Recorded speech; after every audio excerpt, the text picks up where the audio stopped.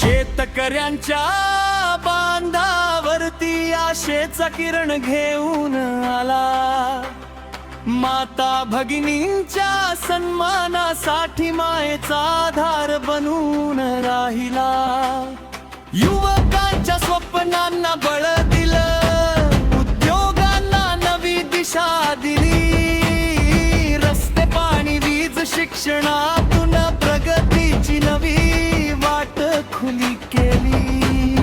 वादळांनी कितीही घेरलं तरी पाऊल मागे घेतलं नाही। आरोपांच्या काळ्या ढगांनी त्याची वाट कधी रोखली नाही। संयम त्याची खरी ताकद, कर्तृत्व त्याची ओळख आहे। बोलणं कमी कामच भारी हीच जनतेची साक्ष आहे।